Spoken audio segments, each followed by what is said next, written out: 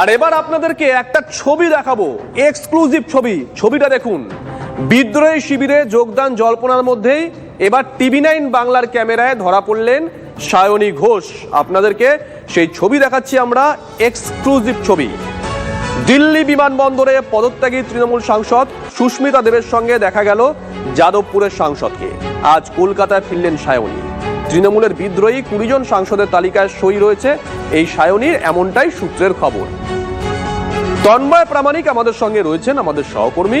তন্ময়, সায়নীর ওপর তো দল এই মরশুমেও মানে এইরকম একটা টালমাটাল অবস্থা, তা সত্ত্বেও দল তার উপর ভরসা রেখেছিল। মমতা বন্দ্যোপাধ্যায় তাকে যুব তৃণমূলের দায়িত্ব দিয়েছিলেন, তারপরেও সায়নীর এইরকম একটা দোলাচল বা এইরকম একটা বিক্ষুব্ধ তালিকায় থাকা, এর কারণটা কি?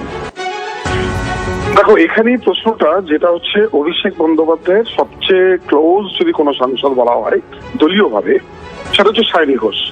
সায়নী ঘোষকে বারবার অভিষেকের হয়ে সওয়াল করতে দেখা গিয়েছে, কিন্তু কয়েকদিন ধরে প্রশ্ন উঠছিল যে সায়নী ঘোষ বিজেপিতে যেতে পারে, এমন সম্ভাবনা কথা উঠছিল। যদিও বিজেপি তরফে জানানো হয়েছিল এই ধরনের কোনো দরজাই তাদের খোলা নেই, সুতরাং এই ধরনের গ্রহণ করা তো দূরের কথা, মানে তাদের ভাবনার মধ্যেই নেই।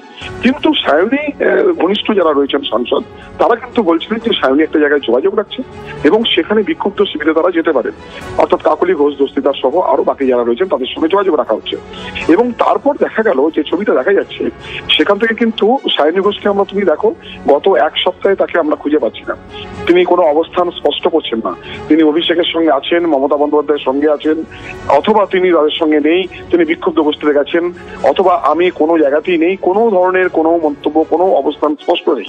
তারপরে এই ছবি, তার মানে যে রটনাটা চলছিল বা যে তৃণমূল সূত্রে যে খবরটা আসছিল যে সায়নীও শিবির বদল করছেন, শিবির বদল করে তিনি হচ্ছে কাকলি ঘোষ দস্তিদার, অর্থাৎ বিক্ষুব্ধ শিবিরে তিনি যাচ্ছেন, সেখানে যোগাযোগ রাখছেন, বিক্ষুব্ধ শিবিরে তার সঙ্গে যোগাযোগ রাখছে, সেটাই কিন্তু এই ছবি থেকে স্পষ্ট হয়ে গেল।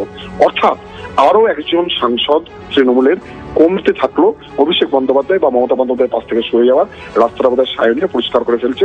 তাহলে অদূর ভবিষ্যতে, আজ কাল পরশু, তার মধ্যে আমরা দেখতে পাবো যে সায়নী ঘোষও ফিরে গেলেন কাকলি ঘোষ দস্তিদার যে ব্লক বা যে শিবির যাই বলি না কেন, অর্থাৎ অভিষেকের পাশ থেকে সরে যাওয়া, অভিষেকের অন্যতম বিশ্বস্ত সেনাপতি। এটা তৃণমূলের কাছে একটা বড় আঘাত বলতে পারো। কল্যাণ বন্দ্যোপাধ্যায় মামলা থেকে সরে গেলেন, আবার সকালে আমরা প্রকাশ্যে দেখলাম রাজ্যসভা থেকে পদত্যাগ করলেন। কোয়েল মল্লিক এখন বলা চলে তুলছেন, তিনি কখন কি করবেন সেটা বলা যাচ্ছে না। তারপর সায়নী ঘোষকে যখন দেখা যাচ্ছে বিরোধী শিবিরের সঙ্গে কথা বলতে, বিক্ষুব্ধ শিবিরের সঙ্গে কথা বলতে, ফলে আরো রক্তক্ষরণ তৃণমূলের মূল যে জায়গাটা, কালীঘাট তৃণমূল বলি, মমতা তৃণমূল বলি বা অভিষেক। এখন তন্ময়, প্রশ্ন হচ্ছে যে মমতা বন্দ্যোপাধ্যায়, অভিষেক বন্দ্যোপাধ্যায় কোন কোন খেলোয়াড়কে দিয়ে তাদের এই দলটা সাজাবেন? কয়েকদিন আগে যাকে রেখেছিলেন সেই তাকেই তো দেখলাম আমরা, তিনি এখন মুখ ঢেকে বেরিয়ে যাচ্ছেন এবং সূত্র বলছে তিনি বিক্ষুব্ধ শিবিরে। আমরা বারংবার তন্ময় দর্শকদের জানিয়ে রাখি, সায়নীর সঙ্গে এই কদিন যোগাযোগ করার চেষ্টা করেছিলাম, আমাদের সহকর্মীরা, আমাদের রিপোর্টাররা যোগাযোগ করার চেষ্টা করেছিল, যোগাযোগ করা সম্ভব হয়নি। পিসিআর একটু আগেও যখন আমরা এই খবর দেখাচ্ছি, তখন পিসিআর থেকেও সায়নীর সঙ্গে যোগাযোগের চেষ্টা করা হয়েছিল। আমরা আপনাদেরকে